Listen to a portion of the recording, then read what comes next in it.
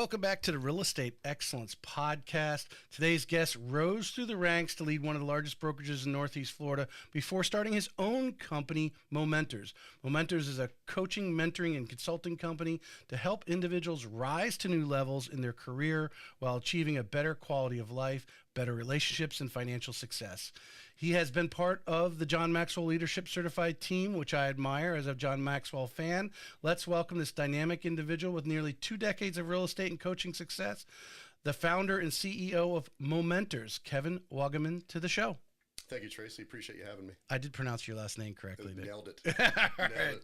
Appreciate that. That's always a challenge. And I always, when I'm taking my notes and preparing pre-show, I'm like, I better ask him how to pronounce his last name, and I always forget. No, you got it. You got it, man. Proud of you. But yeah, appreciate you coming down. I know you got an event on July 19th. It's going to be over at Landmark. But as I mentioned pre-show, I think there's a lot of agents out there, hopefully a lot of the listeners out there that knows a lot of the top agents that I've had on have had a Momentor. That's perfect. That's perfect. A mentor or a coach at some time or another. And what role, obviously, you play in coming into services, because having spent, what is probably 15, 16 years at least, right, before you opened your company in real estate, hands-on every day, and what you bring. So looking forward to that. So I want to kick off the show, though, as my sponsor here. Mention that before I forget, because I always do. These nice mugs from Remy Graphics, these laser engraved mugs. This is not the only thing Remy Graphics does. She does a lot of other laser engraving stuff, and you can get one off. So if you're doing a closing and you want to put John and Sally, welcome to Jacksonville, St. Augustine, whatever, she'll do 1 or 2 mugs for you if that's all you need. So let alone the other products that she offers at Remy Graphics. So Kevin, where are you from? Born and raised in Stuart, Florida. Actually, frankly, all up and down the east coast of Florida. My dad was a developer, so we moved around a lot. So I've called everywhere from Isla Mirada to Jacksonville home, and absolutely love it here. So lived in Stuart for a while until high school years, moved up to Jacksonville for 4 years for high school, went to Episcopal High School, Jacksonville, then North Carolina for college, and then back to Jacksonville to start my professional career at Merrill Lynch. So you went to Elon, right? Yep. What was, at that time, 18, 19, 20 years old, what did you visualize yourself as a career? Financial advisor. I was a big fan of, talk about full circle, Warren Buffett. One of the first books I ever read was called The Making of an American Capitalist, about Warren Buffett. So went to Elon, and that was going to be my focus was finance, business administration with a concentration in finance, and I was going to go and be a financial advisor. So got hired at Merrill Lynch right out of college, went to work for their credit division. This was Merrill Lynch Credit Corporation. Right. Back in the 90s, client services was the job. It was basically taking applications for mortgages. And that was over in the town center, town center area, which used to be it was Florida Blue, Merrill Lynch, and Cow Pastures, which is now the St. John's Town Center. Yeah. And so that's where I started, and then moved into asset management. Ended up going to work in Miami for project management and business analysis, and decided for a variety of reasons, which I'm sure we'll get into, that financial services wasn't for me, and ended up getting into real estate. What is it that you didn't like about it? Well, the real thing was, when I was working in Miami, I had an incredible mentor and fantastic individual. What I did not see at that point, though, was what my future would look like. There was a shift in me at some point that it wasn't going to be sales for me, it was going to be leadership. And at the same time, my dad, my parents were divorced when I was 10, my dad was moving back to the Stuart area, and I was living in Miami at the time, and I thought, why don't I do something with Dad? And so he and I talked. We looked at everything. We looked at Land Rover dealerships, Subway franchises, cash plus stores, where you get the payday loan. We looked all these different opportunities. Well, like I mentioned, he'd been a developer, and so real estate was kind of already in my blood. It was in my DNA, and I started getting interested, and at the time, real estate was going gangbusters. We're talking 2004 right now. So we started talking about this, and it's like, why don't you go work for a company for a couple years, get your broker's license, and we'll put together our own deal. And and we'll go into business together. And that all sounded amazing in 2004. Right. Right. And so I started going down this path. I left a good job, went to Premier Realty Group. Are you married at this time? Not yet. Okay, that makes it a little easier. Yeah, praise God. I go to work for Premier Realty Group. I interviewed 3 companies. 2 of them gave me their policy manual and offered me a desk. I ruled them out immediately. Premier Realty Group, I interviewed with a legend, Ron Noyes, who spent a lot of years in the Prudential network, and Steve Bonner, who was one of the most brilliant real estate minds I've ever known. It was a small company in Stuart, Florida. Yeah. But they really cared, and obviously they had the wherewithal to vet the people that were going to come work for their company. So, how did that impress you? Because one of the things, if you may not have listened to my episodes before, but with the agents themselves, how important it is to really vet the broker they team up with. Sure. Yeah. Yeah, there's no question. It's important. It's not a decision that you want to make multiple times and make a bunch of moves in your career, in my opinion. And so when I went from, hey, we like you immediately, to here's the desk, to someone who was basically a series of 3 meetings. And it was me, and they were more impressed with the questions that I was asking, in addition to the answers of the questions that they were asking me, because they wanted someone that really cared about what they were doing, and they wanted somebody that was going to reflect the brand appropriately and not just be out there wild. Did you know they were a very selective group when you went in? Because I know there's brokers in town listening to different agents. There are some brokers who are very selective. Others are just give me a warm body. Yep. And so they are actually interviewing and listening to what you're saying to decide whether or not they want to bring you into the mix. Yeah, so I look, there are different models out there, there are different flavors for everybody. I totally get that. And for me, brand new brand made it was a huge deal for me, and it was one of the biggest. So you asked me if I knew they were selective going in. Well, the way they handle themselves is part of what told me. And I also talked to other people. I mean, I did my homework. Back then I looked at the advertising that they were doing. I looked at the website. I talked to people in the industry, and I started getting a sense for the different types of business models. You have a wide range of them. You have the full service model that's going to do a whole lot for you, and the splits are going to be different than the model that's not going to do as much for you, but the splits are going to be higher, and everything in between. And so, right from the get-go, I realized how important, what really is important, is it a fit for you? Is it a culture fit? Does it align with your values? Does a company philosophy align with what you're trying to accomplish, and treat people the way you want to be treated? And that, to me, was super important, not only for me early on in my career, but then as I became the leader of that company, and then in future leadership roles. Well, I mean, you've got a couple decades working in and around real estate agents.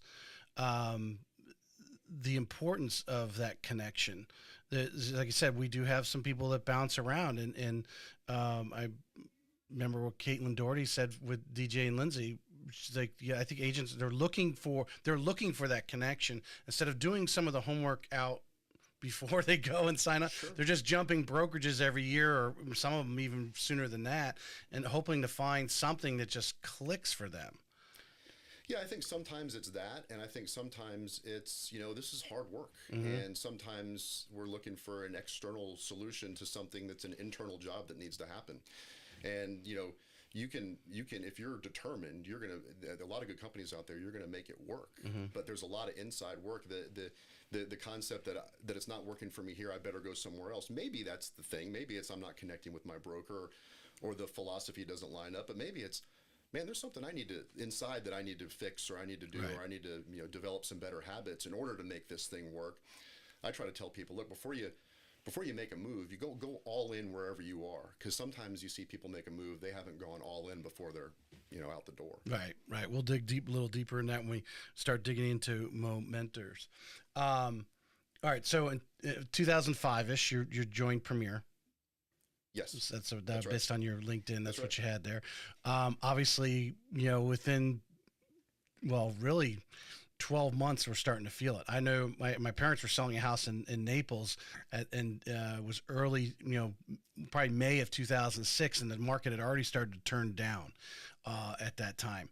So tell us a little bit about being a real estate agent, a new real estate agent during this time period. Yeah, I'll never forget it. It was a good job I left at Merrill Lynch. My very first sales meeting, and this was 2005, my very first sales meeting, I sit down and I mentioned Steve Bonner, he was the owner of the company and brightest mind, brightest real estate mind, probably to this day that I've ever encountered. And my very first sales meeting, there's 20 people in the room. He stands up in front of everybody and he goes, I want everyone to know one thing out of this sales meeting, one thing only, and that is the party is almost over. And I'm looking at the guy like, what are you talking about? I mean, you look at CNBC, Wall Street Journal, if you want to make millions, you go into real estate. And he's the only person I've heard say this. I'm like, who is this guy? Right. It's like, well, I'm going to, but he was looking at the leading indicators. He was looking at consumer confidence. He was looking at, sales versus end users. He was looking at he was looking at everything that was painting this picture in his mind. He was an economist, by trade, and it was painting this picture that was coming down the road. So I didn't buy in. In fact, it was probably a good thing that I didn't buy in, because that kind of helped me, maybe be a little bit naive to what was coming. And so I started working, and here's, to try to give a little bit of value, this might be me speaking to the newer agents out there right now. There are some mistakes you can make when you're early in real estate that don't feel like they're mistakes. You can spend a lot of time working and make $0. And one of the things that I started doing was I started working on the periphery and things that were really comfortable, postcards, sending emails. I really enjoyed going to classes, learning everything, which I'm a coach now. Obviously, I believe in education and personal development, but you can overdo it. The real learning tests are out there in the field. And so I got really comfortable and into a comfort zone, and I really struggled for a couple years. And until my water got shut off, and then it was kind of an aha moment for me, right? And this I'm not telling this story because I'm proud of it, that I had to hit the bottom of the barrel before I got my head out of my what. But the water got shut off. I'll never forget. I was actually taking a shower, and the water got shut off. I gathered a bunch of change, went to Publix, filled up some water jugs, came back, finished taking a shower, and just thought, and thankfully not married at the time, no kids. Man, I'm never going to put myself in this position again. I'm not going to. This is nuts. And so from that day forward, I got to the office, had my meeting, made the decision, and started prospecting expireds. And now I'm doing the face-to-face, voice-to-voice, getting out of my comfort zone, doing the stuff that really matters, that really makes a difference. And I went from dead last in my company in sales to second. I won't lie and say first. I was second to their top producer over a 12-month period, and that was a big deal over such a short period of time. It was only my third full year in real estate. But it was like, man, you to the newer age. I mean, you just gotta get out there. You gotta get uncomfortable. Gotta get dirty. You gotta get dirty. And I think it seems so obvious, but man, you can really keep yourself busy in any sales business, really, and not be where the rubber meets the road. So it was very brutal. To answer your question, it was brutal over a period of time. And now you're put to the wall. Water shut off. You said calling the expireds. Yep. Did you sit there and dwell on some sort of script, or you just? Great question. Yeah, that's a great question. For me, I realized that scripts weren't the thing. I started putting together a more of a call structure that I basically said, I'm going to have an opening, I'm going to have some questions I'm going to ask, and then I'm going to close for the appointment. And then I had different things that I might say in each one of those sections predicated on how the conversation goes. So I'm not sounding like a robot and irritating people. Right. And so we started having some success there. The other thing that I did during this time is, I started making the calls and I started knocking on doors. If something expired, I knew that other people were calling, but not many people were going to knock on doors. So I was showing up, knocking on doors. Another thing that was powerful for me was I partnered with a more experienced agent. So situational partnering can be a very powerful thing because I didn't have the name recognition. So what I did, I went to, his name's Leon Aboud, who's a great mentor of mine. He and I stay in touch. Great man. And we started doing this together. Well, I started doing all the prospecting, but he let me use his name. My name's Kevin. I work with Leon. Here's what we're going to do, and we're going to come in. We're going to, get your house sold. We are experts in taking expired properties and breathing life into them, and then getting them sold. And so we started having some success there, and it started working, and that started snowballing. And next thing I knew, I had multiple transactions, and we got the thing going. And then at that point, I'll go back to some of the other details, but at that point, the owner of the company, who knew I also had leadership experience from a job at Merrill Lynch, needed to get rid of his sales manager, so asked me to step into that role. So I moved. That was my next question, because you kind of roll in leadership pretty early. I was 4 years basically in direct sales, and then I moved into leadership. But that expired. So the expired thing was super difficult. But that is the most, for anybody out there listening that needs to get a listing, that is the most immediate source of listing business, because you have someone that's already decided to sell and already decided that they're willing to pay a commission. And so if you want to get listings, and there are fewer now at this time in the marketplace, this was back in 2007, 2008, there were lots of them. Buyers were, the month supply of inventory went from 2 months to 30 months. So a lot of properties were coming off the market. We're starting to see some of that again today. What were some of the conversations you were having? Because I imagine, just knowing what would happen, I started mortgages in 05, so I know it was somewhat going on. But from you were out on the street, I'm sitting in a call center at Quicken Loans, so it was a little different. Although the phones were much quieter than they were, and say right up in the 2006 and summer 7, it was very slow. But was it a lot of them understanding that I need to drop the price? What was a lot of the hangups of why they couldn't move the property?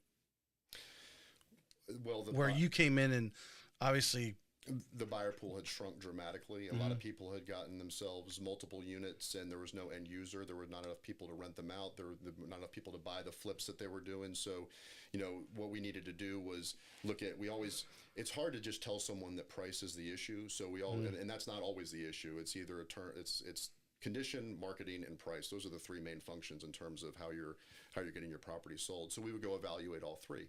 And in 2008, frankly, a lot of it was pricing, and we saw major price reductions needed to happen in order to get properties sold. And then we started working through, and this short sales and foreclosures, and trying to figure out that monster. I was doing short sales before they had all the loss mitigators and all the farms that were doing them for you. We were figuring out how to do them as realtors, and that was a crazy time as well. But yeah, those were the conversations. It was eyeball to eyeball with someone, telling them information that they didn't necessarily want to hear.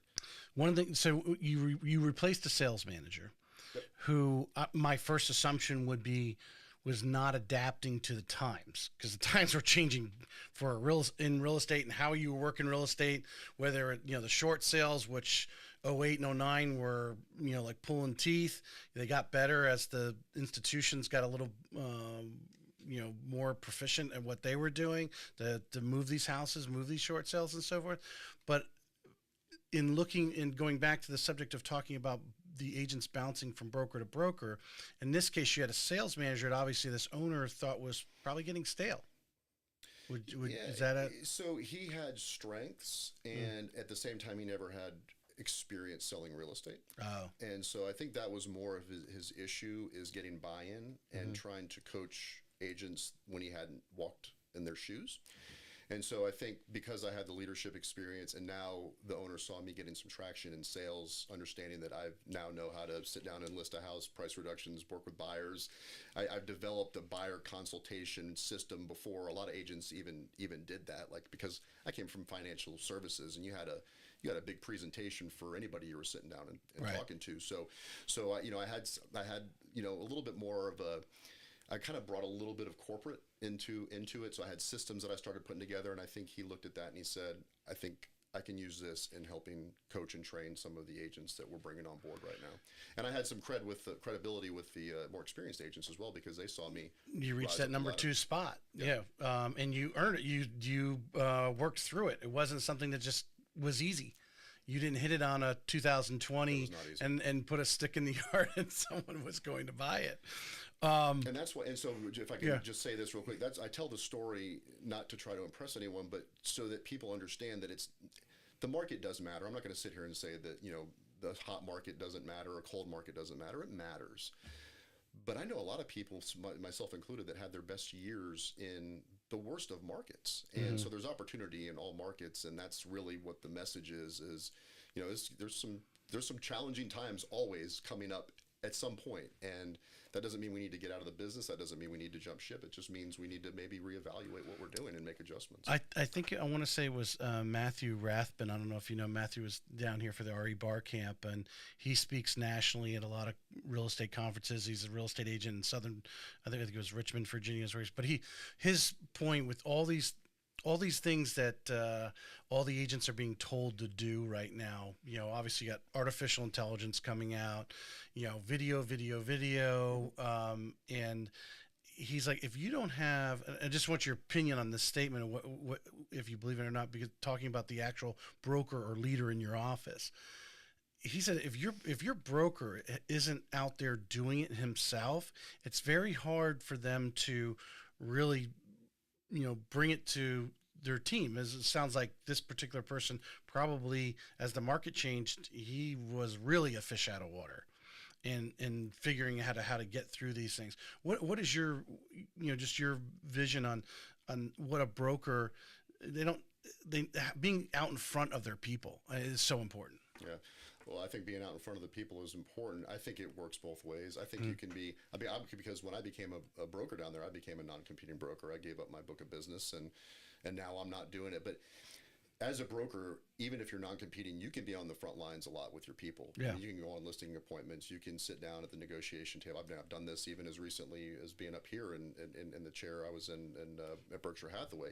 You can definitely get front lines, and if you're committed to the craft and you're learning the forms and you're with your people, asking them questions as much as you're trying to coach. I mean, big part of coaching is asking questions and learning alongside of someone, because when they're teaching you at the same time, they're learning, you're learning, we're all learning. Right. And so I think you could do it both ways. I mean, for me, the competing broker model is just a challenge because generally speaking, in my experience, something ends up by suffering, and some aren't able to do it.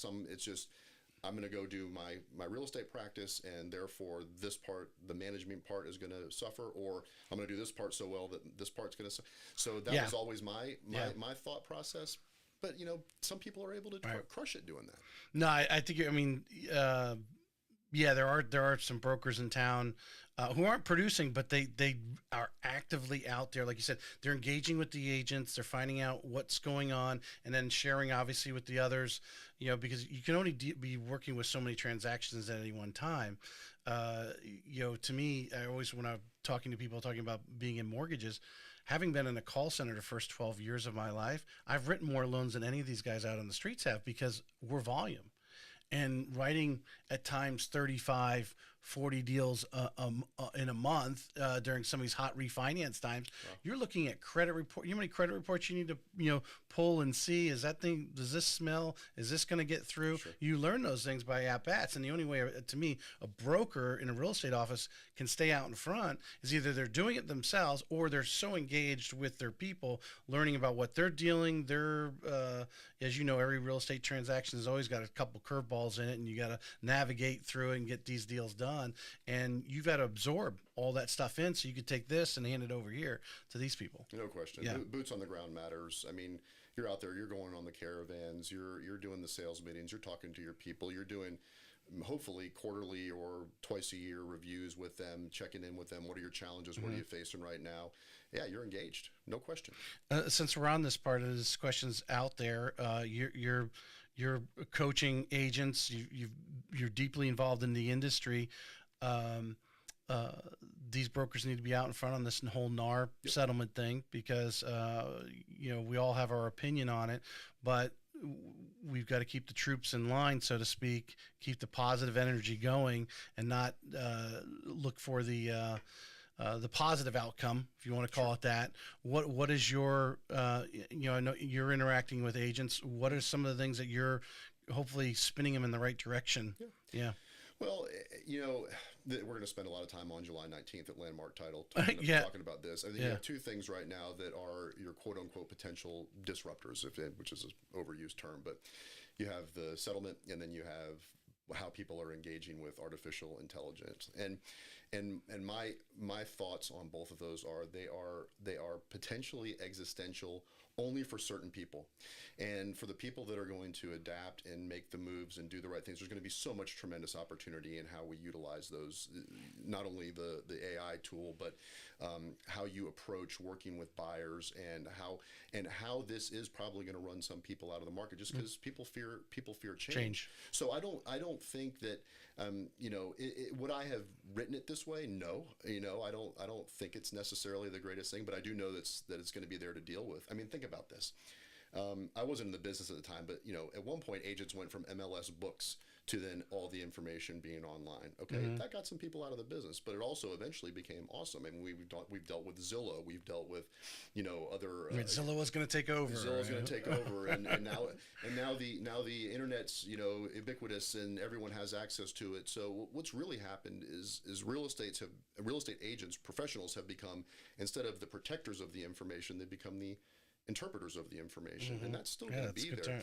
That's still going to be there, even with AI. You got to figure out how you're going to incorporate AI. Now, I write all my own content personally. When I put content out there, I don't use it. I use it for some research, and I think agents can use it for research. I think we just got to be aware of it, and how can we use it now to our advantage? And then with the suit, I think you just got to be ready. I mean, there's some things that you can do.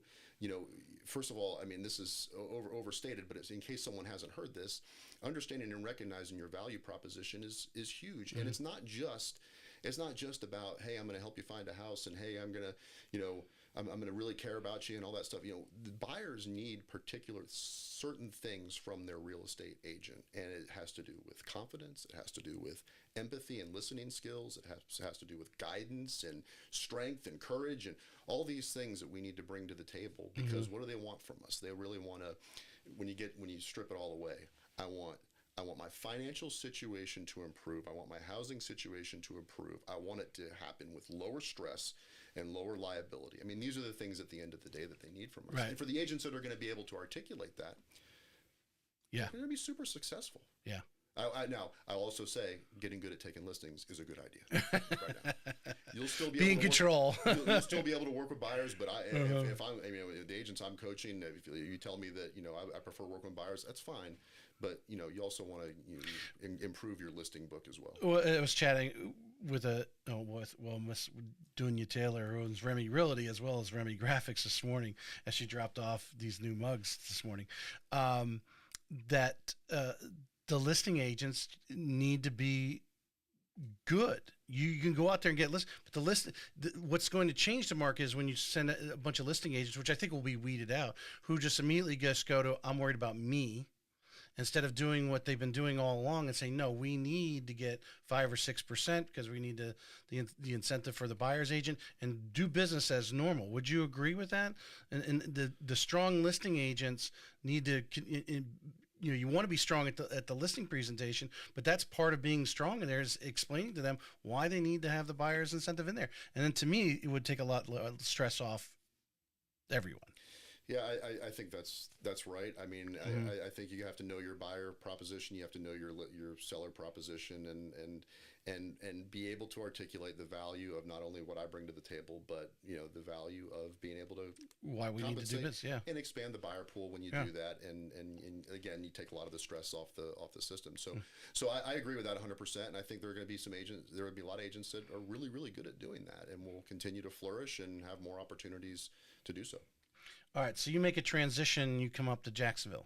Am I correct? That's right. And join Berkshire Hathaway. Yep. And Ponte Vedra. Tell us a little bit about where you started with them, which if I recall was in Ponte Vedra, but I'll let you take the story. Sure. It was actually serendipitous. When I took the leadership job in South Florida, a great decision. I've always kind of gravitated towards helping other people be successful, probably even before I ought to have. In some situations, I'd rather teach it than do it. But so I committed to 5 years there, and because I knew at some point I'd probably be back in Jacksonville. I love it here. So floated a resume, and it ended up in hands of a good friend of the family, and then it went to Davidson Realty, who gave it to Christy Budnick at Berkshire Hathaway. And Christy called me. They happened to be looking for a broker in their Ponte Vedra office.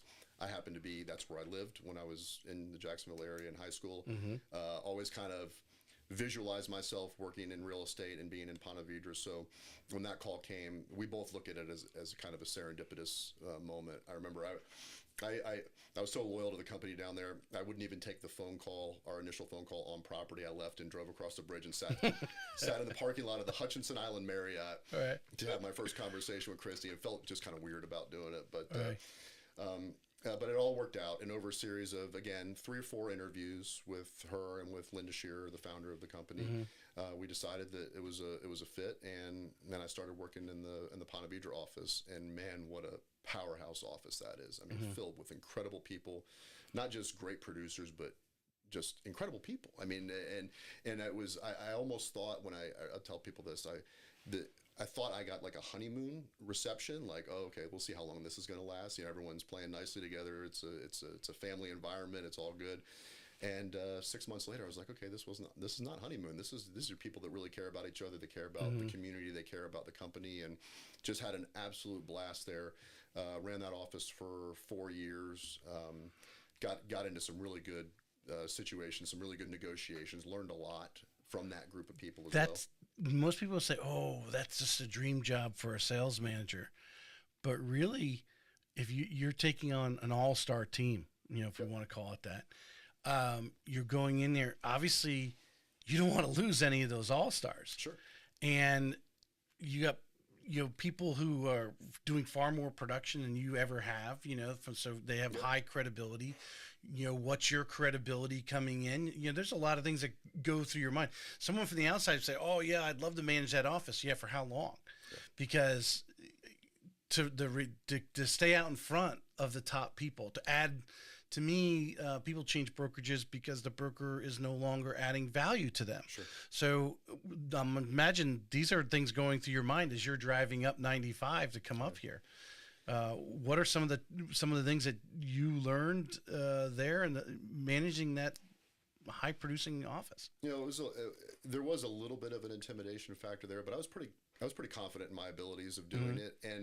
And so I'll tell you, the single best piece of advice that helped me in that job was given to me by one of my friends that moved from sales to management at Merrill Lynch in the Palm Beach area. And he said, Kevin, if you ever get into a big-time leadership job, ask a lot of questions before you try to do or change anything. And that stuck with me. So I didn't go in there guns blazing because they would have eaten me alive. Right. And gonna do it my way. My way's better. Right. Yeah. So, hey, I've got experience here, and this is what we're going to do. And oh my gosh, I can't believe you're doing it. None of that. This is how I did it down in Stewart. No, those words may have come out of my mouth a couple of times, but that was just in spite of myself. I couldn't help it. But my first series of sales meetings, first I met with everybody, asked some questions. You know, tell me what you're trying to accomplish. What are your goals? How long you've been in real estate? Took a lot of the top producers out to lunch, and then my sales meetings were more, instead of me trying to give information, it was, okay, tell me a little bit about why sellers work with you. Tell me all the things that we do here that are, and so my first 4 or 5 sales meetings, tell me why you guys work here. What are some of the competitive advantages of being in this place versus other places? And by the end of it, before I even tried to say anything, that some of the top producers that were considered really tough on managers were some of my, you know, closest relationships now, and they were very supportive in helping me gain that. You felt they were part of the program, and they were, and it was true. And I learned a lot of stuff about the market and the market share, and it just and great mentorship from Christy and Linda along the way, and so I had, and there was also, and Cheryl was amazing, because Cheryl Dolan, who's still in the Ponte Vedra office, was a realtor in Stewart while I was leading down there. So knew my reputation, and when Christy announced, before I even came up here to the office, that they were hiring me, Cheryl stood up and said, "Oh my gosh, you can't believe," and that helped a lot too. She talked a little bit about, you know, how credible I was from what I was doing. Yeah, some third party about. So the third party that was not planned at all. Right. Christy swears. It helped too, but I think that's the biggest thing, is listen before you speak. Yeah. No, that's great advice for any manager coming in. You've spent a lot of time studying John Maxwell. Yep. When did you start following him?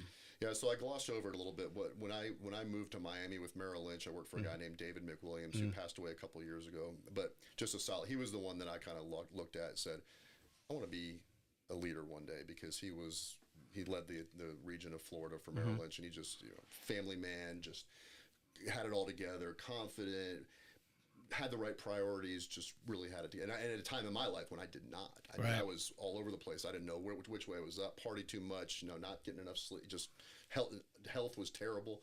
And he put a John Maxwell book in my hand. It was Today Matters.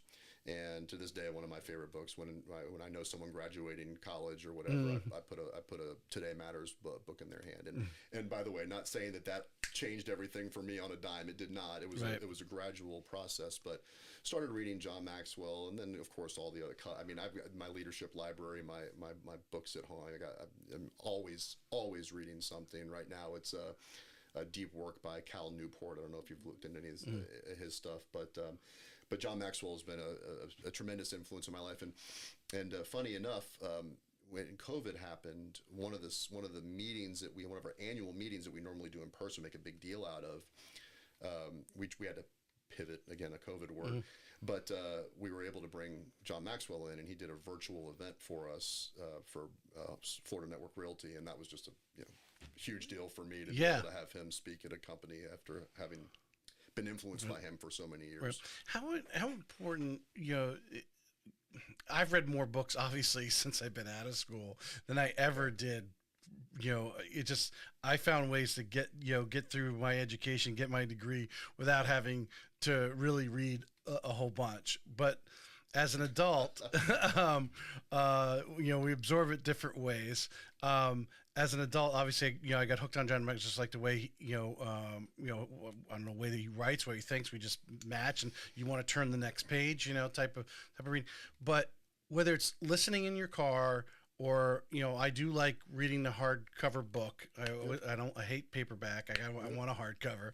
How important as an agent in their growth and it doesn't have to be John Maxwell. There's so many other great writers out there. Personal development is where I'm leading his.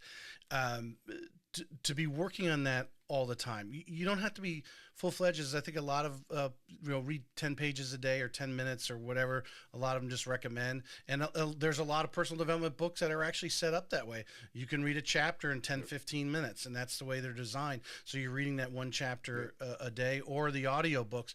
I'm getting a chapter in from my 20-minute ride into work, and they're designed that way specifically, so you're getting that one chapter a day. But they need to just constantly be working that, and just for their growth, so they can stand up in front of people. I think my conversational pieces are better because I'm reading, and I'm able to listen to what this guy's writing, and then obviously bringing it in here. And you say something, it triggers a thought that I read, and then now we have a conversation, just like they're standing in front of their customers and having a conversation. Sometimes it's not even about the house. Right. Yeah. Right. How important is that to build into your routine? I mean, I feel like it's so important that I even wrote a book about it.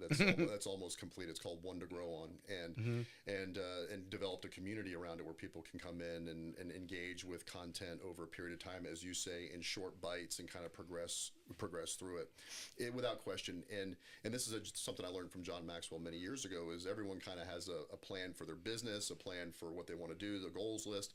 But not a lot of people have a personal development plan, and whether it's related to your craft or just what is it about your mindset? What is it about your personal growth? What is it about your spirituality, your body and health, your education? What are you doing to constantly evolve and again get outside of your comfort zone? Because you put all of your. I've only met a few people that put every ounce of themselves into real estate, and they function well. A very small group of people. You kind of need to have a little bit more of a harmony around you, and I think personal development is a great way to accomplish that. And you also look at some of the studies in terms of neuroscience and aging and age-related dementia and that type of thing, and how important it is to keep that brain functioning and healthy and trying new things and experiencing new things. No question in my mind. And whether it's hardback books, I mean, there's some great, in addition to yours, and I do listen to it, by the way, but there's some great podcasts out there I won't rattle them off, but there's other podcasts out there that Lewis Howes is one of them. That have you listened to Lewis Howes' School of Greatness? No. That's a great one, and he brings tons of guests in, and they talk about all kinds of different topics. Yeah. But here's one thing that I've done in mine is one thing about some of those podcasts is they jump from topic to topic, and I tend to like to go deeper. And so the way I structured my community is that we go deep into a topic, and then you spend a month there, and then you move on to the next one, as opposed to, one day we're going to talk about, mindset, and the next day we're going to talk about, spirituality, and then you kind of bounce around. So you're just kind of hitting the highlights and not really digging it deep or making it a routine, whatever, mindset. Yeah. Okay. What does that mean? That's right. And of course it means something different to everyone, right? I mean, it's and then what everyone's personal challenges are to create that mindset and why they have that mindset. And one person can change their mindset pretty quickly. Another person needs a little more hammering. That's right. That's exactly right. Yeah. That's exactly right. They're not as malleable, right? Is that? That's right. Good word. All right. So you created Momentors it's been about almost a year and a half now. You've taken your experience as an agent in obviously leadership. You're deep in the John Maxwell, which John Maxwell isn't just talking to managers. He's talking to everyone. To me, when he's talking, and I think people, he's seen as an expert in leadership, but I don't know. I can't think of the correct term. Maybe you can. Just how he writes his books, I just find him just so fascinating, because I guess I always say I should have been a psychology major, right? Why do people do what they do?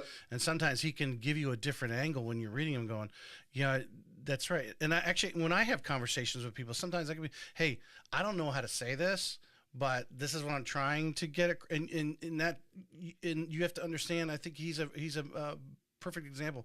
We all put our pants on the same way.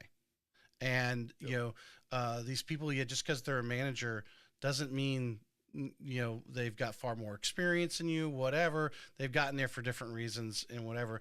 And creating that relationship with those around you, helping your leaders out. And, of course, as being a leader, I think one of his greatest things is leaders create other leaders. Right. That's really the telltale sign of a great leader, is who creates other leaders. Sure. Yeah. I agree with you, and really the reason I think it's applicable to everybody, and he'll tell you this right in his books, is self-leadership is the most difficult thing. We're all leaders because we all need to lead ourselves. Yeah. And some of us may be leaders in our community, some of us in our family, some of us in organizations, but some of us, aren't in the top seat in the organization, but you still can exhibit leadership qualities and help lift others up around you. And so that's why, in my mind, I agree 100% with you. It's not just for leaders. That might be his expertise and his kind of his tag, right. But it's applicable to everybody. I like influence and credibility. To me, that's one of the biggest things that I've gotten from him, is influence and credibility. And influence, you're not influencing people to hopefully not do bad things. Right. You're influencing, how you come in the office. Obviously this person that gave you an endorsement when you first came up to Ponte Vedra, and gave you credibility. There, she obviously had some credibility, and so she endorses you. You automatically have credibility. Now we'll see what happens next week after you got here, but she gave you that dose, so you walked in the door. A little bit about that. Right. I want to break down, because going on your website, you kind of break it down into 3 categories: life coach, sales training, and leadership development. Let's just jump into life coach. Tell us a little about Momentors and what you do in these 3 areas. Sure. Momentors, the life coaching part is really designed to help the person that I was 25 years ago, 30 years ago. And by no means am I going to sit here and claim to be perfect and have it all figured out, because I'm a lifelong learner, and that's something I do in perpetuity. But I've overcome some stuff, and a lot of it self-inflicted. And so if someone out there is dealing with maybe some sort of issue with identifying purpose in life, or struggling with trying to figure out, why do I go to work in this job, or maybe the big one is partying too much. I mean, I smoked a pack of cigarettes a day, all kinds of things like that I see people struggle with. And just trying to figure out a path, and a lot of it is just not having an understanding as to why I keep making the decisions I make. And I messed around for probably more than most. I mean, it took me into my 30s to start trying to figure out, okay, this isn't the direction I want to be going, and I need to start making some changes. And so for me, it was a couple things that were really intentional there. For part of it was my faith. And part of it was I just picked one thing. I said, okay, I'm going to start my day off right, and I'm going to implement a morning, I call it kickstart now. A lot of people call it a morning routine, but I'm going to get myself right in the morning. It's going to be prayer. It's going to be gratitude. It's going to be meditation. It's going to be exercise. I didn't just jump into this and start doing it perfectly, but I started adding some of these things in. And what I found was that it made it very difficult for me to start making more tougher or making decisions on things that wouldn't serve me if I was starting my day off right. If I knew I was getting up at 5 o'clock in the morning and I was going to start putting myself in a position to win the day, then I wasn't staying out as late at night. I was getting better sleep. I wasn't doing things that were going to hurt me and that type of thing. So that was a big one for me. My faith was another big one. So when I say life coaching, and by the way, most of my leadership coaching and my sales coaching end up having a component of this because everyone's got some mess, right? We've all got something across, I call it the Forbes categories, and I probably didn't make that up. I don't know where I came from it, but family, occupation, recreation, body and health, education, and spirituality. We've all got some stuff we got to work through. So even my sales and my leadership coaching, we all get there. Sales coaching, I love that. I thought about navigating just straight to doing the leadership thing, but I do love sales, and I love working with salespeople and realtors, and even so I've got some people outside of the real estate industry that I work with. And so that is really pulling apart goal setting, and some people, I just want to focus on business, and we'll focus on business. Some people say, okay, I also have an exercise goal and a fitness goal, and I also have a personal development goal, so we'll include those things. So, but it's like pulling apart their sales process. What are you saying? How many contacts are you making? It's usually you find issues in a few different spots, right? It's either number of connections that you're making, and if it's not number of connections that you're making, it's what are you saying? And if you're making the connections and getting the appointments and you're not getting the deals, then it's what does your presentation look like and how are you interacting with people? So you start peel the layers back and try to figure out a solution to the problem. And I absolutely love that. And by the way, I live that too. You know, when I was selling real estate, I remember talking to somebody once. I was like almost bragging about how few listings I had. I was like, oh, well, I'm not going to take that one because it's overpriced. I'm not going to take that one because they're not willing to pay my fee. And the owner of the company overheard me once. He heard me say that, and he goes, hey, Kevin, let me ask you a question. How many appointments are you going on? I was like, well, I don't know, maybe 2 last month. I was like, well, there's always going to be someone not willing to pay your fee. There's always going to be someone not willing to price it right. But if you're only going on 2 a month, you're not going to find the ones that are. So it's pulling apart the process, figuring that out, and then the leadership part of it. I mean, that's all encompassing. I mean, you got to figure out. You mentioned influence and credibility, and then what you're really doing as a leader and as a salesperson, frankly, is you're building a level of trust, and you're just putting deposits into this trust account, and you're figuring out a way that you can establish good principles, values, what's important to the organization, what's important to your people, and then make good decisions on how you're going to live that out. Because if you don't live it out, then you're going to lose the credibility, and then you lose the locker room, as they say. And you know, it's everything in between. You know, it's mindset, confidence, it's habits, it's doing more of the right, doing less of the wrong. You know, it's across the board. Have you found?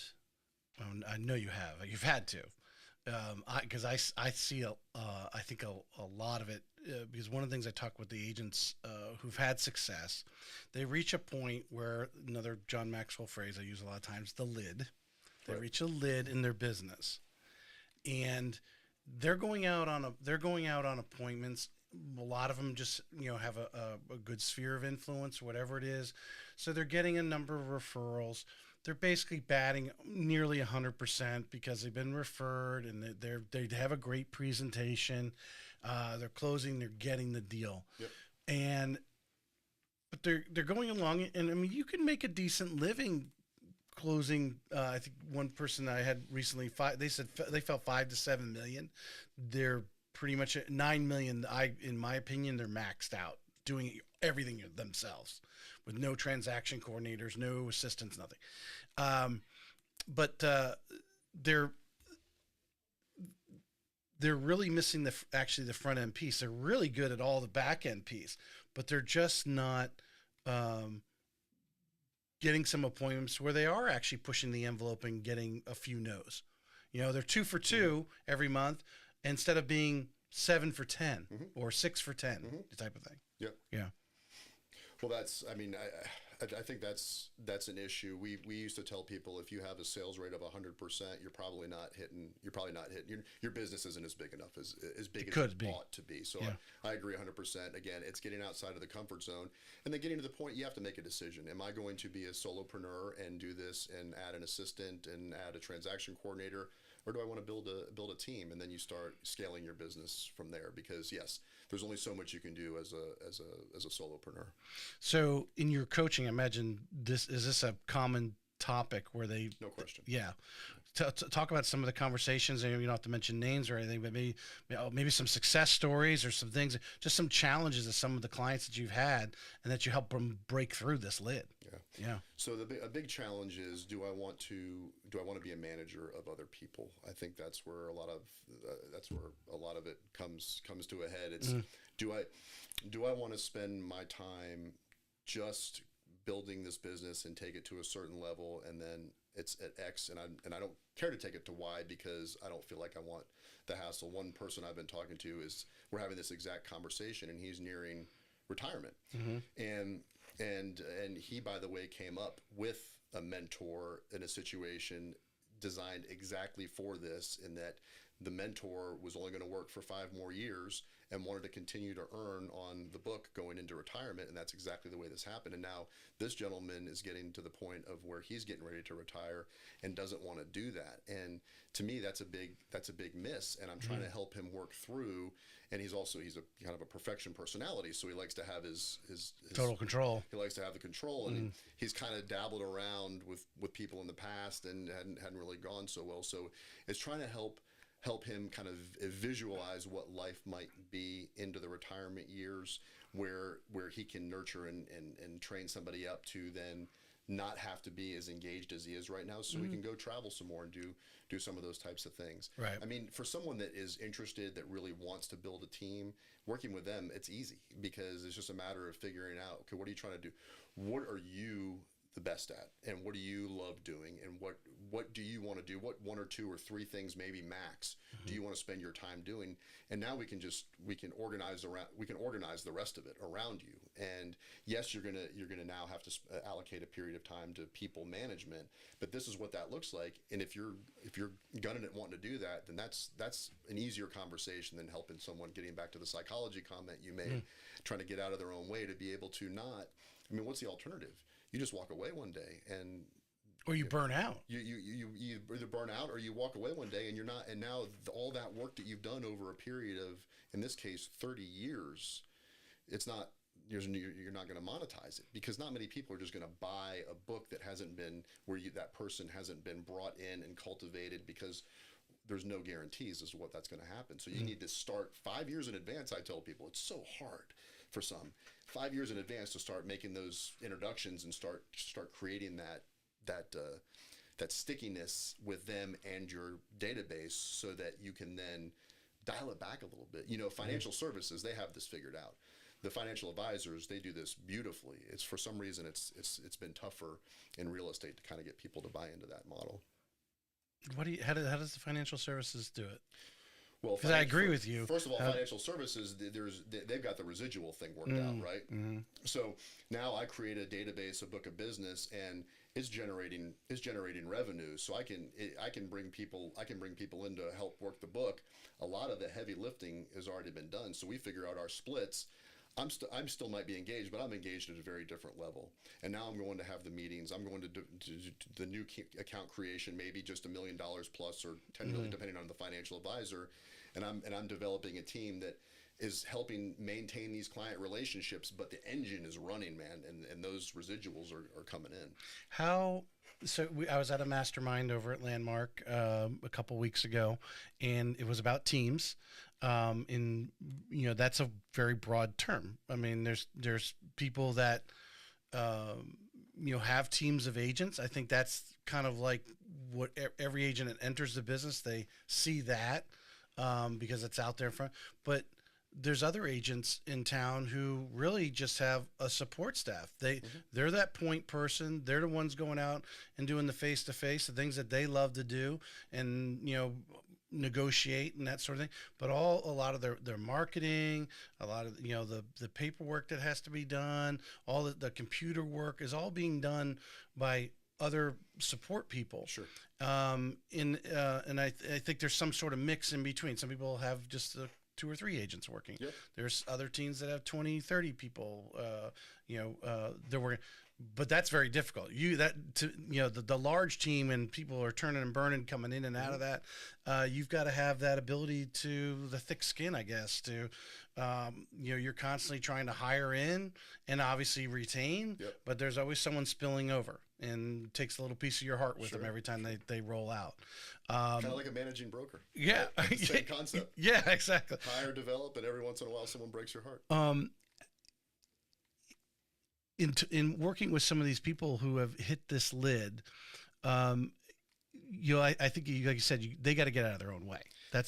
This gentleman you were just talking about. I'm thinking, okay, so you'd rather say I'm not doing any more business as of this date and make no more money, because those same people that you worked with for years that are still buying and selling houses, they're just going to call someone else, and you're not going to get a piece of it. Yeah. Well, Why would you do that? It's exactly right, and it seems so simple, but at the same time, the work and the effort involved in that, it's easier. I mean, we have like what is it? The pain of discipline or the pain of regret, right? The discipline and the intention that it would take for him to do what I'm suggesting, and he'll do it. I mean, we're getting there. Right. But the pain and the discipline that and the intention that it will take in order for him to set this up over the next 5 years is different than what he's been doing over the past 30. And so it's so easy to just get swept back up into the next deal. And I got this listing appointment, and I'm just going to push that off. And so it's cracking that code. No. And to your point on teams and individuals, that's all personal preference. I mean, I know people that are super successful as individuals. What I do like about teams is if you structure your team properly, then you can disengage. And I think strategic disengagement, there was a book years ago, he wrote The Corporate Athlete, Jim Lear, and I think Tony Schwartz also wrote a book called The Power of Full Engagement. And in it, he spends a lot of time talking about strategic disengagement. And I'm a big fan of that. And R&R and that type of thing. Now, there's a difference. Strategic disengagement means you're basically identifying periods of time when you're not going to be working, versus loafing, which is like I'm getting distracted and I'm going over here and messing around on my phone for a few hours. Very, very different. That's bad. Strategic disengagement is good. Right. And if you set your team up properly, or even a solopreneur that has someone that can really cover your business, I'm a big proponent of not being the 24-hour agent. I know that irritates people, especially the 24-hour agent. Doesn't like hearing that, but unless I've like I mentioned, there are 2 people that I've coached over the years that it's such an anomaly that they thrive 100% on the business. And when I tried to coach harmony into them, they eventually told me, look, back off. This is what we do. This is what we love. No kids, no pets. This is our life. Right. And when we're not doing it, we're not happy. It's like, okay, everyone's different, right? And so that's in my coaching practice, that's what it's just like when I went to work in Ponte Vedra. I ask a whole bunch of questions before I try to say anything. It's really trying to uncover someone and what they're trying to accomplish. And sometimes it's okay, you've told me a lot of things. I understand what your end goal is. I don't think you're making the calls that are going to get you there, and then we work through that. Mm-hmm. But sometimes it's I could hire a team tomorrow and blow it up, but I just don't want to do that. I want to be the solopreneur. Do you find a lot of the clients, you help them open their eyes to what is out there in real estate? Because everyone does, every broker is different. Every agent does their business slightly different. That's the beautiful thing about it. You can be you, right? You can be authentic. If you're a social media wonder, you can go do that and figure out a way to make your business work. But I think a lot of agents, we talk a lot of the top agents, expanding their horizons, whether they're doing how they structure their team, or do you have some investment property yourself? Do you understand how? There's so many. Real estate is such a broad thing, but there's so many that are just focused on the single family home. Mm-hmm. They miss a lot of the opportunity, and I would assume a lot of them come to you and like, oh yeah, I've hit this lid. I don't know what to do. They don't realize there's 6 ways to Sunday to get you through that lid. Which one works for you? And a lot of them just didn't even know these opportunities were out there. That's right. Yeah. Yeah, and it is trying to help them open their minds to it. And I will say this: your comment. Yes, there's a lot of different ways to build a tremendous real estate business, and you can be yourself, you can be authentic, and at the same time, it's hard work, and it's a lot of it that you might need to get outside of your comfort zone a little bit. There are agents that over time, all their business comes from being on the tennis court or the golf course, or I know people that work the bars and they go hang out at bars in the I don't necessarily recommend that, but that's what they do.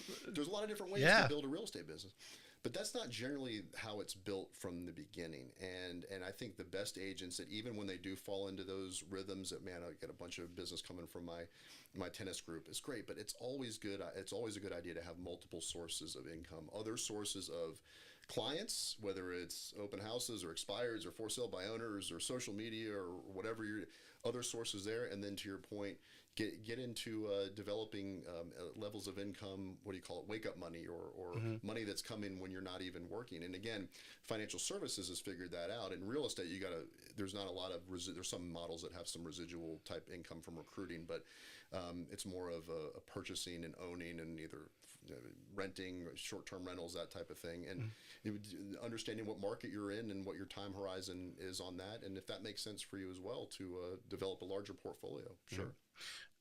So someone listening right now, I'm going back and asking different questions, but I always like to put the rubber to the road, so to speak.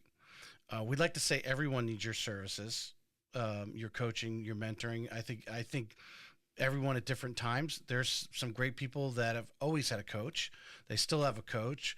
How many times they talk to every week, but let's get related. That person's out there. We just say everyone needs a coach. To me, they just kind of blow that off. They're like, well, all these other people don't have coaches and they're doing okay, so I'll just continue not having a coach. But what are give us some, I don't know if you want to call it, just some success stories, some people, where they were at in their business. I mentioned Angie Bell yesterday, who coaches well. She knew from corporate America going into real estate years ago, she hired a coach right away to advance her career. Give us some stories that hopefully will resonate with some of the listeners that might be listening. Maybe here's where you're at, and maybe you had obviously you've had a client who was there. They can relate to each other, and then how you turned, obviously, hopefully improve their business. Yeah, or improve their life. Sure. Yeah. Well, there's quite a few. Yeah. And I think the main thing I would say is the conversation is different when you're mentoring someone that's trying to go from 0 to 5 million in volume, to 5 to 15 million in volume, to 15 to 20 to 50 to 60. And I've coached and mentored people in all of these realms. The conversation evolves. It's not the same set of skills. It's not the same questions to ask. It's not the same it's not the same habits. And right. so probably the success story that comes to mind, let me pick on, was someone that was interviewed as a testimonial for me recently, and credited some of my coaching from taking her from $6 million in volume to $14 million in volume. And that had to do with helping her identify that she wasn't properly working her sphere of influence properly. And she knew a whole lot of people, and just with some little tiny tweaks, it wasn't anything major that I did, but just having her recognize that, and then getting a little bit more intentional and spending more time there cultivating that, and then maybe asking some more pointed questions about, hey, what are your plans with your real estate? Or, hey, tell me a little bit about what's happening in your life, and then following up later about some of those little questions ended up having a major influence on her business. And so it's just trying to, and not everybody wants to do that, by the way. Some people, have different levels of success that they aim to achieve. And I've worked with some people that say, I'm doing $10 million a year right now. My goal is to maintain that level of success, but I want to dial it back a little bit on how many hours I spend doing this. And right. Can you help me get there? So it's everything in between. It's just helping them figure out, okay, what am I going to do in order to get where I want to go? What am I going to do more of, and what am I going to do less of? What am I going to delegate? What am I going to stop doing? And would you agree? A lot, I would imagine, a good portion of your clients have gone through a frustration level for a period of time before they make the jump to say, you know what, someone's been telling me for the last year I should get a coach. All right, I'll try a coach, versus being proactive, knowing that, hey, I'm going to be successful, and I know when I reach this level, I'm not going to be able to do it all on my own. How am I going? What's going to be my, you know, being out in front of it? I mean, what kind of, do you find a lot probably have frustrated for a couple of years where they could have doubled their production? I imagine this lady probably doubled her, was over a year or two that she doubled her production, because she was working on it. If she had started that earlier, she would have just ramped right up, right? In theory. Yeah. I think it's 50-50. If I were to look at my practice, I've got some people that are just gung-ho, and I know I need a coach, and I want you to be that person. And then some of them, to your point, my business is tanked, and now I'd like to help. I'd like someone to help me recover it, and so there's been a pain point there. I think it's about half and half. Yeah. I think would you prefer everyone to be proactive? Yes, but if I look at my situation and my history, I had to hit rock bottom. And again, it's not something I'm proud of, but it was just part of my story. And then when I look back on my entire career, it's like, geez, as long as you're taking some lessons from it and figuring it out and applying it as you move forward, then it's okay. And we just got to give ourselves a little bit of grace about when we made the decision. If we could have made it more proactively, that may have been better, but maybe I needed to go through that in order to be the person I am today. And so it's just a different scenario for everybody. So let's just kind of quickly tip through some of the buckets that you talked about there. Are you working with any agents that are in maybe that 0 to 2 years, having renewed, done their first renewal? What are some of the challenges that they're having, and what are some of the things you're helping them work through?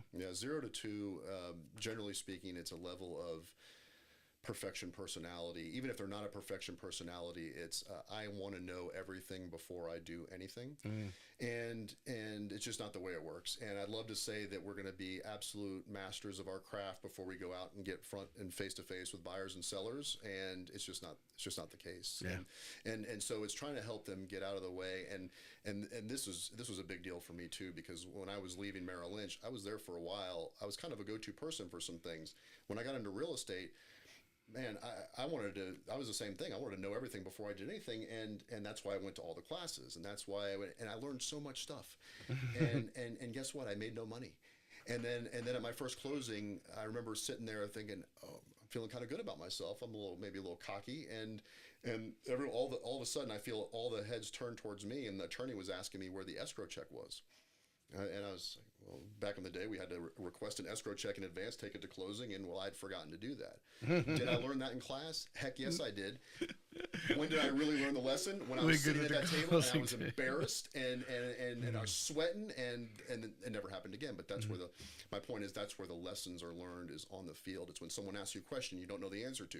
Well, maybe you heard a bunch of different ways to handle that in class, but now that I'm face to face with somebody and it's going on, so it's helping someone understand that you're not going to be ready to do your first open house, but you got to go do your first open house. You can go watch somebody once or twice, maybe have a conversation, but don't overdo it with that. Get out there and do it. Screw up, fall on your face, say something wrong. Don't worry about saying you don't know, because I'd rather you say that than try to make something up. And just let's build the muscle, and then understand that we're working through fears, man. We're working through fear of failure. We're working through fear of change. We're working through fear of being judged. And all those things are coming up for the 0 to 2 agent. And so it's action to get the confidence, and it's also study the market. Have a good answer to how's the market. If someone asks you how's the market and you're saying, well, it's a little slow, or it's fantastic, or it's great, or whatever, that's not telling anybody anything. You really need to dive deep and have something where you can have a reasonable conversation that's going to give them something of value. Give us an example of that. Yeah, that's because I can guarantee everyone listening does exactly that. In passing, someone asking that question, how's the market? Because they just want to kind of break the ice of a conversation. How do you take it? Some are better than others. Yeah. And so what I encourage people to do is every month spend an hour and study the market. And I think there's some tools out there that you can do it with now. I know you can do it through the NEFAR statistics page. And if you're doing 90% of your business in Sawgrass Country Club, then really know that market. Someone says to me, "Hey Kevin, how's the market?" I'm saying, "Well, what market are you interested in? Which portion of the market? I mean, what do you mean? Well, there's a condominium market, there's a residential market. Are you interested in your community? So I'm going to ask first a follow-up question before I dive into my talking points. And they may say, no, just the general market. Say, okay, well, it's interesting right now. There's opportunities out there you wouldn't believe. Right now, the inventory supply of homes is 6 months, and geez, just a few years ago, it was 2 months, and that was really, really hot. So we're starting to see things come back into balance a little bit more. Yeah. Rates are a little bit high. You see where I'm going. I don't need to go through the whole thing, but now I'm giving them something that's of value that's also setting me apart as someone that's an expert, and I've answered the question that so many agents get wrong. And I mean, I've heard, and by the way, I love some of the old school books on real estate, but one book, I won't even name the name, but they used to say, well, just say that the real estate market is exciting because that's always true. I was like, that's not telling anybody. Right. And I get it, but that's not telling anybody anything. So ask a clarifying question. Now, if they say, well, tell me a little bit about the condo market in Sawgrass Country Club, and I don't know the answer, say, I got something, I'll send you on that. And then you have a reason to follow up and give. Because they're asked to sound very specific, and then you become a resource. You become a resource. You follow, now I have a reason to follow up with you. Yeah. And I'm probably going to follow up with you anyway if you're asking that question. It's the number one most often asked question to real estate agents. And it's just we missed the boat. And another, I'll give you the number 2, by the way, even though you didn't ask. Why do you sell real estate? I mean, that's a really, really important question to answer. Even if you don't get asked as often, it's a super important question if a buyer or seller ever asks you. In fact, I encourage realtors to tell them anyway as part of the connection process. Let me tell you a little bit about why I do this. And we're going to dive into that question a little bit more at the Landmark event too, and really get into the sales process that I've developed over the years and where to fit that in, because things are changing in real estate, and this isn't, I'm not a clickbait guy. I'm not a hot take guy. There's some in my industry that are saying that this is almost business as usual. That's wrong. It's not business as usual. And there's some are saying that this is an existential threat. That's wrong too. It's just I gotta recognize what's happening and then figure out my strategy that's going to carry me forward over the next 5, 6, 7 years. But that was a long answer. 0 to 2. Get the habits going. Take the action. Build. So when I say study the market, that builds confidence. That's the biggest separator, I think, between someone that's going to have a mediocre, average, or not a career in real estate to someone that really gets it and gets it going, is confidence. And if I'm studying the market, just like an actor who has stage fright, if I know my lines better, then when I'm sitting in front of a buyer or seller, then you almost start to carry yourself a little bit differently. Then you start to carry yourself when you're prospecting differently. I used to tell people, when you get that first when you get that first listing, when you get that first buyer, when you get that first closing, a lot of times people in the 0 to 2, then they put all their energy and effort over here, and they want to shepherd that through and nurture that baby, like Tommy Boy with his precious little pet before he crushes his pet. If you don't know Tommy Boy, you gotta see that movie. And they spend all their time here. And my advice is, spend some time there. But there's no better time for you. My company is called Momentors. You have momentum now to start making those other prospecting calls, and you got to keep that thing going, because if you spend all your time watching this one close, then guess what? Now I got to start it all over again. Right. And guess what? Realtors are good at this. We have the up and down roller coaster of income, and that's not where you want to be. You want to be on this trajectory with little ups and downs along the way. It's not perfect, but you don't want to be on this, man. I've been on this, and it's not a fun roller coaster. When you start with somebody, do you generally, or in your conversation, hey, you ask them to make a commitment for, this should be a 12-month, because obviously you're not going to make changes. Something may change in 30 days, maybe, because you come up with some brilliant, but a typical coaching takes time. Yep. And obviously, like you said, depending on how often you're meeting and you're asking these questions and digging into their business, it could be, I don't know, a couple months before you actually have some sort of like, okay, I've been listening to you for the last 6 weeks. This is some ideas I have, or whatever, however you approach that. Do you have an end game in mind? In other words, saying, hey, you need to make a commitment for 6 months, or this needs to be a commitment for 12 months based on what you're telling me you want to get out of my coaching. So yes, the end game in mind is what they tell me the end game in mind is. And so my contracts are for 12 months. I do have a 6-month option. It just costs more on a monthly basis. If someone's making a lower commitment, then it's just going to be a little bit more expensive. But the end game is they tell me 3 professional goals, and then they tell me 3 personal goals. And then we talk it through, and they say, well, look, I want you to focus in on my professional goals with me. I'm going to work on the personal stuff, but I still get it because I want to ask about it. And then our goal is to get them working at the level that is going to be consistent with getting them at whatever number they want to get to, getting them whatever hurdles or challenges we need to clear through, whether it's a habit thing or a mindset thing or a mission thing, whatever it is, we'll find it.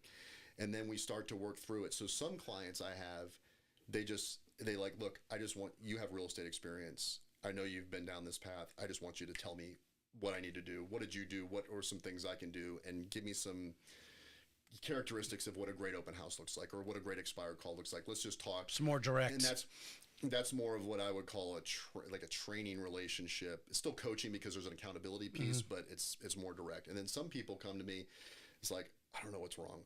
And here's what I hear so often. I know what I need to be doing, but I'm not doing it.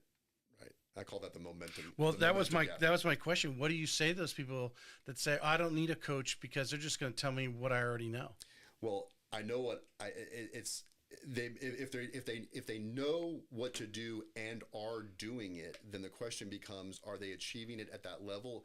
Are they approaching burnout? Is there something I can help them to get more harmony in life? If they know what to do and they're doing it and they're checking all their boxes across all those Forbes categories that I mentioned, then maybe they don't need a coach. Right. But there's so few people that are actually operating at that level. Right. A lot of the times it's, I know what I need to do. I hear this so often. I'm just not doing it, and they hire me to try to bridge that gap. Okay, so what is that? We do a lot of work with tying people back to their why, their mission. We try to figure out what the block is, and a lot of times it's usually a couple things. It may be fear, and sometimes we have to pull back fear and really dive into that and understand what is the source of fear and what's the worst that can happen. And here, let me share some stories about how I overcame some fears.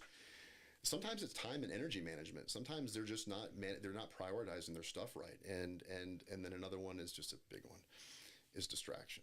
I mean, we are addicted to distraction. I think Robin Sharma said that. We are addicted to distraction. We have a love affair with our devices and social media. I mean, the dopamine hit. The statistics, the statistics that I've read are I mean, 2.5 hours a day on social media. 2.5 hours a day. Now, some of us use it for business, so we need to be there. But 2.5 hours a day is an awful lot, even for someone that's doing part of their business there. I mean, that's a month out of the year that we're and it's not necessarily going there to do business and to maybe comment on some things of it, but it's scrolling through and down this endless rabbit hole of looking at stuff. So it's trying to identify what do we need to do less of in order that we can build more things in here that are going to move you towards what you're. Well, I think a lot of people. I knew I saw this ad, John Maxwell, Influence Credibility. I'm like, yeah, that's what a podcast can do for me. I didn't know how to go though from where I was at point A to B, having a full-fledged podcast, which has taken time, and I've gotten better and better. Every episode's whatever. But I hired a coach who. That's what he was doing. He, now he has close to 1,000 episodes on his program, but he coaches other people to make the connections. And sometimes you need to get someone who has connections to help you with your connections. Cause it's like, hey, I'm here. I want to double my production or whatever it is. I want to get my production to a certain level, but I don't know, what does it actually take to do that? Well, you need to farm a neighbor, whatever it is, those tips. And sometimes we don't know those first couple of steps. And that's why we never take the step, because we don't actually know what the first step is, because we're looking at the 10th step, which is where we want to be. That's right. And we need a coach to help us get those first few steps going. Very well said. And we may be just a sense of overwhelm. And this is where I want to go, and I don't know how to get there. And so how do we chunk this down so we can push them out of the nest? That's right. And that's part of it. Part of it is chunking it down and execute, but part of it is, okay, you may not feel like you're ready, go do it and tell me how it went. Right. We'll do an autopsy afterwards. And by the way, you're going to be better for it, even if it doesn't go the way you wanted it to go. Because we were talking. I couldn't remember the name of the book, but we were talking about John Maxwell stuff before the show, and sometimes you win, sometimes you learn is the title of one of his books, and that's a fantastic book for trying to get out of our way with the fear of being judged or fear of failure. Because for those of us that are on the field making plays, you pay too much attention to what people are saying about it or whatnot. Well, what does it matter? I mean, you're on the field making plays, and the plays don't always go the way you want them to. But you get up, you dust yourself off, and you go make another play, and you maybe do it a little differently next time. Yep, 100%.